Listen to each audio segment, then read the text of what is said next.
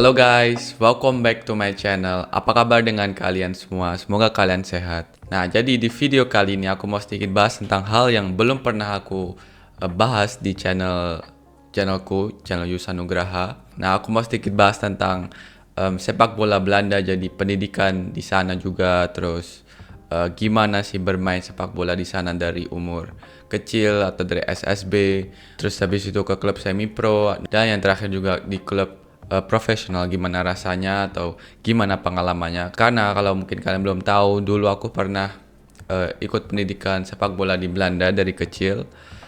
Aku mau sedikit cerita gimana pengalamanku juga. Jadi buat kalian yang mungkin ingin pandangan gimana sih pendidikan sepak bola di Eropa atau mungkin di Liga Belanda, di Liga yang sekarang banyak pemain timnas bermain juga, itu seperti apa. Jadi mungkin kalian juga bisa belajar dari situ. Dan aku berharap juga tentunya di masa depan Liga Indonesia bisa seperti Liga Eropa atau Liga Belanda tentunya.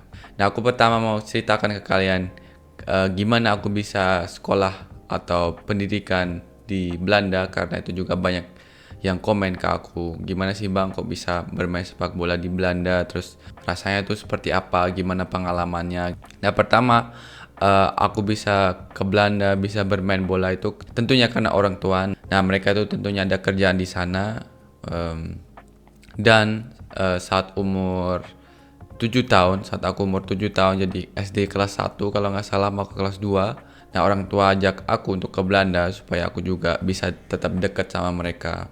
Nah, setelah SD kelas 1, aku pindah ke Belanda, pindah tinggal di sana. Dan itu mulai dari umur 7 tahun.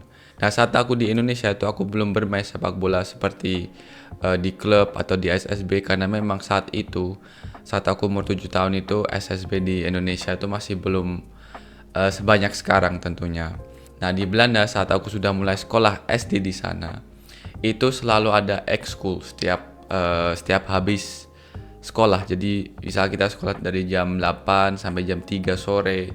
Habis jam 3 sore itu ada ekskul. Nah, ekskul itu ada berbagai kegiatan yang kita bisa pilih tentunya.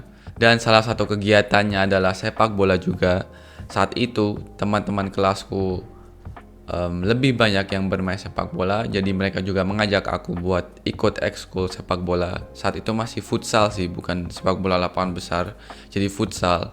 Dan dari situ aku ikut ekskul futsal. Nah, terus makin lama aku ikut ekskul futsal, aku semakin suka dengan main bola. Nah, sampai aku bilang ke orang tua juga kalau aku ingin bermain sepak bola di klub di Belanda sini. Nah, karena sepak bola di Belanda saat itu sudah bisa dibilang established, jadi mereka sudah mapan. Banyak di daerah sana, jadi di daerah rumah, setiap daerah rumah itu pasti ada lapangan sepak bola. Nah, itu lapangnya free buat dipakai orang-orang tentunya. Jadi setiap daerah itu pasti ada lapangan, dan lapangan itu punya klub juga, klub amatir. Dan saat itu di daerahku ada klub amatir yang namanya VV Haxahout.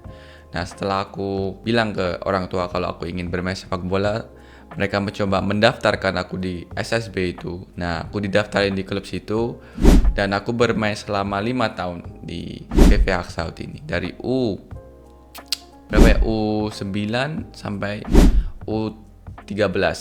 Jadi dari sini kita juga tahu kalau infrastrukturnya sepak bola di Belanda saat itu sudah cukup lengkap ya. Jadi saat itu sudah ada U8, U9, U10, U11, terus U12 juga udah ada. Dan fasilitasnya juga sudah cukup, karena ya itu tadi, setiap daerah di Belanda itu pasti ada lapangan sepak bola.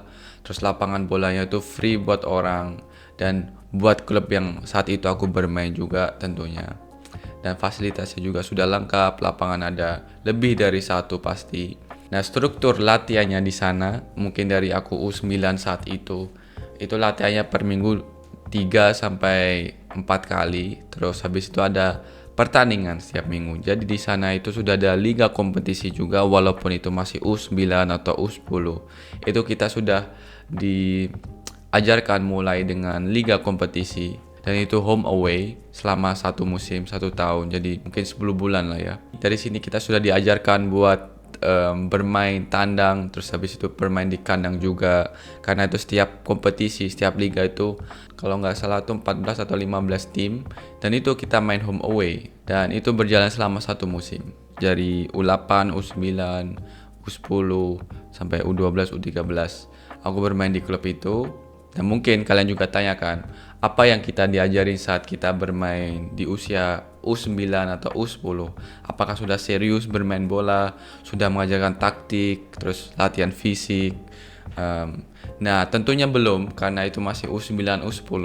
Nah, kalau kita masih berada di usia yang masih muda, U9, U10, mereka tentunya nggak ngajarin kita taktik yang serius atau mengajarkan kita tentang fisik, latihan fisik, karena itu nggak bakal bisa masuk di usia yang saat itu. Dan itu juga mungkin belum waktunya juga, mungkin bisa bahaya juga kalau kita dilatih seperti itu. Nah, karena di usia seperti itu kita harus merasakan bermain dengan fun, tentunya bermain dengan have fun.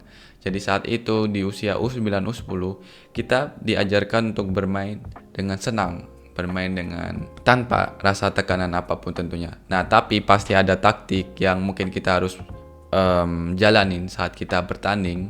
Tapi kita nggak ada taktik yang benar-benar rumit, kita harus main counter atau apalagi main agresif, itu kita nggak ada. Jadi kita tetap main have fun. Kita diajarin buat bermain sesuai aturan basicnya, posisi itu.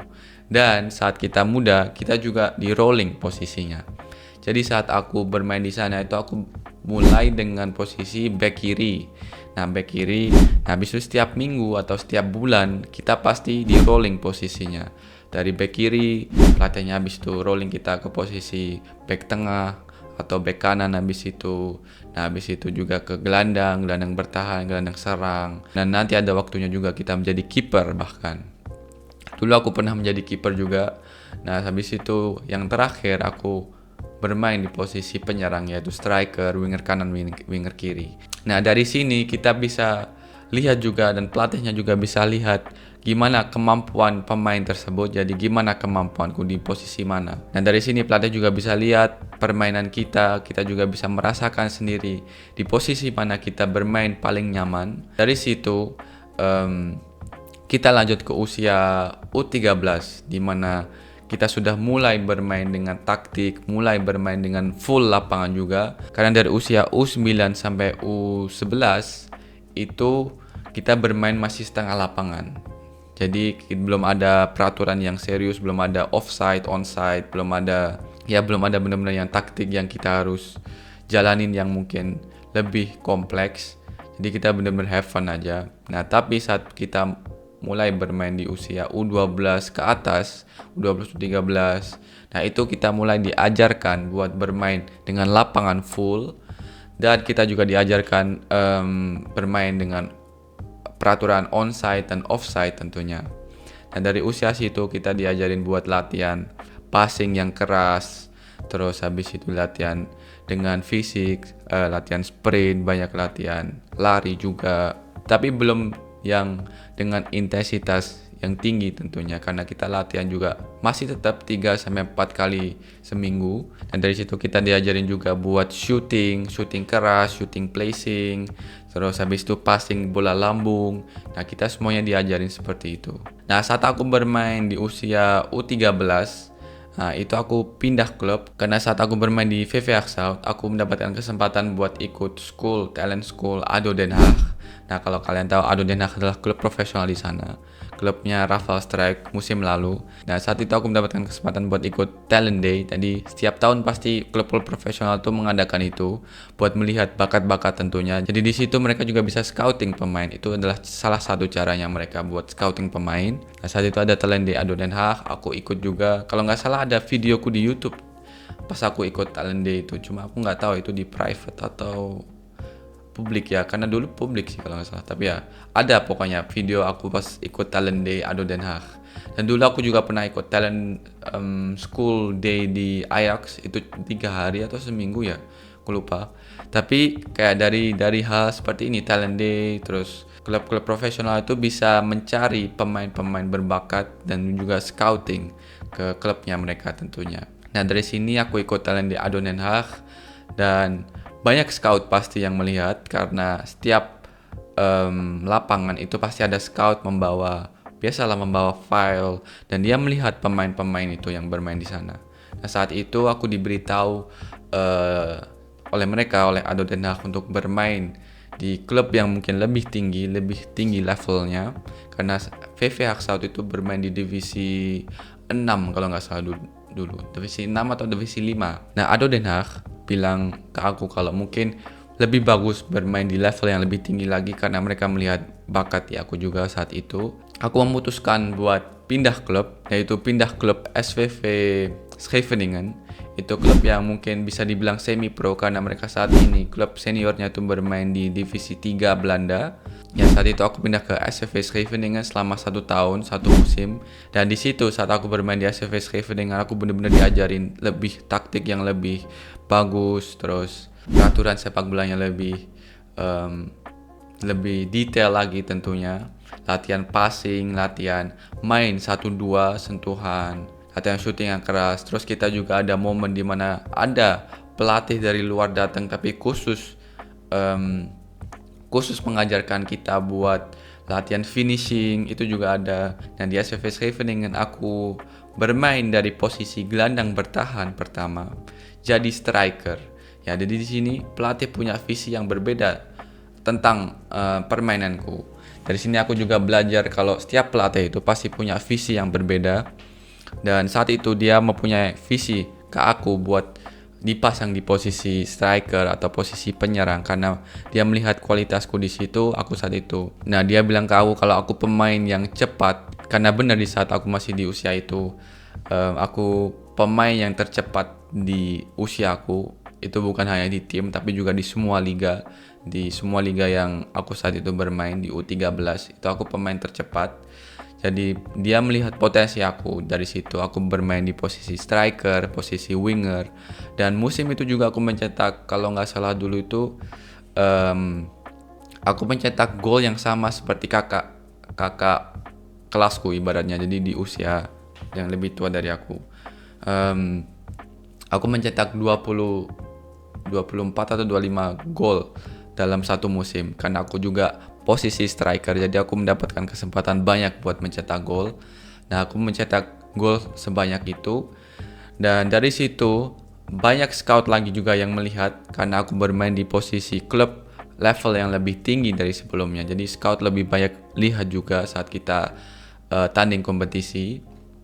Nah, saat itu ada scout dari ADO Den Haag lagi, terus habis itu ada scout dari Feyenoord yang klubku ini yang dulu aku bermain. Nah, dari situ aku pertama diundang trial lagi sama klub ADO Den Haag. Aku trial selama 2 ronde kalau nggak salah. Itu kita 30 pemain atau 25 pemain dipanggil buat trial dan kita main 11 lawan 11. Nah, dari situ aku yang bermain di posisi striker saat trial, aku dicoba buat bermain di posisi yang berbeda. Tentunya itu aku kaget karena aku belum pernah bermain di posisi itu, yaitu winger kanan. Dan ya aku nggak mungkin bilang kalau aku nggak siap karena itu adalah kesempatanku buat bisa bermain di liga profesional, akademi profesional. Jadi tentunya aku tetap bermain di posisi winger kanan. Dan ya saat itu aku berusaha yang terbaik, tapi sayangnya aku nggak lolos ke ronde berikutnya. Dan ya setelah itu aku kembali ke klubku lagi, SVV Scheveningen. Aku bermain pertandingan di sana secara reguler terus. Nah, habis itu datang lagi salah satu, bukan klub tapi ini timnas regional Belanda. Jadi kalau di Liga Belanda itu ada timnas yang seperti kita tahu, timnas Belanda usia junior juga. Dan di sana saat itu juga ada timnas regional Belanda. Nah, saat itu aku dipanggil, aku dikirimin undangan ke klubku. Jadi KNVB-nya Belanda kirim undangan ke klubku. Mereka undang aku buat trial di KNVB regional Belanda. Jadi saat itu regional Zuid-Holland kalau nggak salah. Saat kita diundang itu malam hari. Jadi saat kita juga nggak ada latihan klub. Jadi banyak pemain-pemain yang potensial bagus tentunya di sana. Dan saat itu saat aku bermain itu aku dipasang di posisi striker. Jadi aku lebih mengerti lah tentang posisinya itu. Dan saat kita trial itu aku latihan 2 ronde kalau nggak salah. Terus dari match pertama aku langsung mencetak gol. Dari kick off aku giring bolanya sampai ke depan dan mencetak gol. Sayangnya aku saat itu setelah 2 ronde itu nggak masuk lagi, nggak nggak diterima lagi, ya itu sayang. Cuma ya udah, kita kan sudah berusaha yang terbaik dan ya kita belajar lagi dari pengalaman tersebut. Habis itu aku balik lagi ke tim SVV Scheveningen, main pertandingan lagi, dan datang lagi scout dari salah satu klub terbesar di Belanda yaitu Feyenoord tentunya. Aku diundang buat trial 2 kali latihan sama 2 kali pertandingan uji coba. Itu saat sudah akhir musim. Kegiatan di klubku SVV Scheveningen juga sudah mulai selesai, jadi kita nggak sepadat jadwalnya seperti awal musim atau pertengahan musim.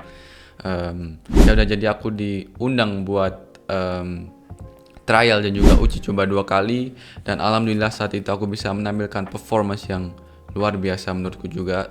Aku dipasang di posisi winger kanan. Nah, aku dipasang di posisi yang berbeda tentunya. Aku biasanya kan striker, aku dipasang di posisi winger kanan. Nah, saat aku di posisi winger kanan tentunya aku belajar dari kesalahanku atau pengalamanku saat aku bermain trial di ADO Den Haag. Dan dari situ aku bisa menunjukkan performa yang bagus, dan setelah pertandingan itu pelatihnya juga impress dengan aku, dan akhirnya aku diterima di salah satu klub akademi profesional di Belanda yaitu Feyenoord. Nah, setelah 1 musim aku bermain di SVV Scheveningen, aku pindah ke klub Feyenoord dan aku langsung masuk di usia U15. Padahal waktu itu aku masih usia 13 tahun, hampir mau ke 14 tahun, dan pelatihku memutuskan aku buat mengajak aku untuk langsung bermain di tim U15 karena dia mungkin melihat potensiku, melihat kualitasku yang aku saat itu tampilkan di pertandingan trial. Nah, aku bermain di tim usia U15 di tahun pertama. Nah, di musim itu juga aku juga bisa membuktikan kualitasku karena aku sering dipasang sebagai starter, walaupun itu nggak setiap pertandingan ya, tapi aku sering dipasang sebagai starter di usia aku yang masih muda dengan pemain-pemain yang lebih tua dari aku yang usia mungkin 14 atau 15 tahun. Aku tetap dikasih kepercayaan oleh pelatih untuk bisa bermain dari posisi starter. Dari mungkin 30 pertandingan atau 30 lebih pertandingan aku juga bisa mencetak lebih dari 10 gol saat itu. Jadi saat itu statistik yang menurutku sendiri itu bagus karena aku juga masih muda. Dan di musim itu juga kita mendapatkan achievement yaitu promosi. Nah, saat itu U15-nya bermain di divisi 2 Belanda, itu divisi 2 nasional. Jadi kita bermain di seluruh Belanda lawan banyak tim. Kita promosi, kita menjadi juara 2 kalau nggak salah.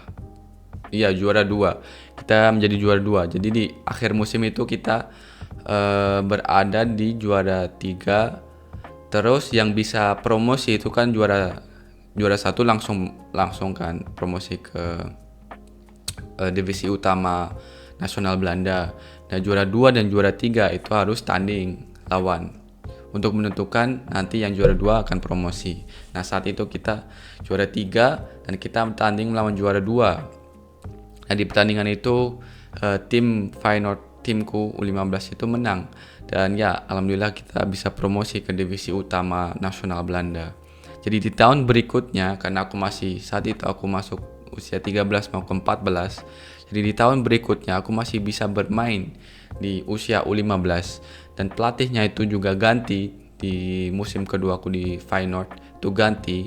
Dan aku tetap masih bermain di usia U15 tentunya karena ya tim U15 itu adalah tim yang bermain di divisi utama nasional Belanda.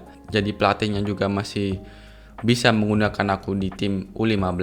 Nah, di musim selanjutnya di divisi utama aku bermain masih tetap di posisi winger kanan atau kadang aku juga digantikan di posisi winger kiri. Jadi aku diganti banyak rolling posisi di musim itu. Nah, di musim itu kita juga bisa menunjukkan performa yang juga cukup baik dengan tim juga tentunya. Dan kita juga bisa meraih prestasi yang bagus di Piala KNVB. Di musim itu aku juga mengenal banyak pemain-pemain keturunan Indonesia juga seperti May Silchers dan juga Nathan tentunya. Nah, karena di musim itu aku juga bermain lawan klub mereka yaitu FC Twente dan juga klub Excelsior yang dulu Nathan bermain. Saat aku bermain di divisi utama itu, aku pikir itu musim terbaikku karena saat itu kita bermain di divisi utama nasional Belanda dan aku bisa menjadi top skor di sana dengan sebenarnya aku lupa persisnya berapa gol, tapi kalau nggak salah 22 gol dan juga 11 assist. Ya, aku sangat bangga tentunya bisa mencetak gol sebanyak itu dan bisa menampilkan performance yang sangat bagus saat itu. Jadi aku sangat senang tentunya dengan pengalamanku di Feyenoord. Dan di Liga Divisi Utama itu pasti lebih intensitasnya lebih tinggi tentunya. Kita bahkan dalam satu minggu itu kita bisa bertanding 2-3 kali. Karena kita ada Piala KNVB, terus ada Liga Kompetisi, terus habis itu ada Piala Rotterdam juga. Jadi Piala Regional provinsiku, kotaku itu jadi Rotterdam. Latihannya juga padat hampir setiap hari. Terus tanding mungkin 2-3 kali dalam satu minggu. Jadi menurutku itu waktu yang sangat berharga banget buat aku. Aku dapat pengalaman yang sangat banyak saat aku bermain di divisi utama Liga Nasional Belanda. Dan tentunya di Feyenoord itu fasilitasnya jauh lebih lengkap dari klub-klub lain karena ya itu adalah salah satu klub yang terbesar di Belanda dengan fasilitas yang lebih lengkap. Ada gym, mereka ada gym di kompleksnya. Terus mereka mempunyai salah satu lapangan paling banyak di Belanda. Nah, kalau nggak salah itu mereka mempunyai lebih dari 8 lapangan di kompleksnya itu. Kadang kita latihan juga di lapangan yang benar-benar jauh di ujung sana, jadi kita harus jalan 5 menit untuk bisa sampai di lapangan itu. Jadi menurutku fasilitasnya dari klub Liga Belanda yang apalagi yang udah di akademi, udah profesional itu sangat luar biasa fasilitasnya. Struktur liganya juga sudah teratur, gak ada yang bentrokan pertandingannya. Kita ada 3 kompetisi saat itu, ada Liga Belanda, ada KNVB, Piala KNVB dan juga Piala Rotterdam. Jadi banyak kompetisi juga, kita mendapatkan banyak kesempatan untuk bisa bermain, mendapatkan menit bermain yang banyak. Yang penting juga di usia muda saat itu. Jadi menurutku infrastrukturnya di Liga Belanda itu semakin kita bermain lebih tinggi, itu infrastrukturnya juga semakin bagus, semakin komplit juga. Nah, mungkin dari cerita ini kalian juga bisa lebih tahu tentang pendidikan sepak bola di Belanda, struktur pertandingannya, latihannya, dan juga struktur liga. Ada liga apa aja di sana, ada piala apa aja di sana. Dan itu berjalan satu musim juga. Jadi buat kalian yang mungkin belum tahu gimana sih kenapa kok Belanda itu penduduknya sangat kecil, yaitu mungkin 17 juta penduduk, tapi mereka bisa menghasilkan banyak talent yang sangat bagus di dunia sepak bola. Dan dari sini mungkin kalian bisa lebih tahu kenapa itu, karena ya mereka mempunyai salah satu pendidikan sepak bola terbaik bukan hanya di Belanda tapi di seluruh Eropa. Nah guys, semoga dengan informasi yang aku berikan di video ini cukup buat kalian dan juga lebih jelas buat kalian. Tentunya aku berharap di Liga Indonesia suatu saat nanti bisa seperti di Liga Belanda yang aku alamin dulu juga. Kayaknya seperti kita tahu mungkin Indonesia saat ini belum sekomplit atau selengkap Liga Belanda atau Liga Eropa. Tapi aku rasa Indonesia sudah di jalur yang sangat baik juga dengan Ketua PSSI yang luar biasa Pak Erick Thohir. Dan dengar-dengar dari percakapanku dengan Pak Arya kemarin saat aku di Jakarta, Pak Erick Thohir sudah juga membuat rencana untuk bisa memperbaiki gak hanya timnas Indonesia tapi juga Liga Indonesia. Dan ya aku sangat gak sabar, aku juga sangat menunggu hal ini terjadi karena aku ingin juga selain timnas Indonesia, aku ingin juga Liga Indonesia bisa menjadi lebih baik lagi dan menjadi salah satu liga terbaik di Asia. Oke guys, terima kasih buat kalian yang sudah mendengarkan ceritaku tentang sepak bola, pendidikan sepak bola di Belanda. Semoga cukup dengan informasi yang aku berikan di video kali ini. Jangan lupa support aku guys dengan klik tombol like, comment, share, dan juga subscribe. Klik juga tombol loncengnya, jadi kalau aku upload video terbaru atau berikan kabar terbaru tentang pemain-pemain keturunan atau OBRI, kalian gak tertinggal dan kalian orang pertama yang melihat videonya. Dan ya itu aja, I see you in next video. Peace.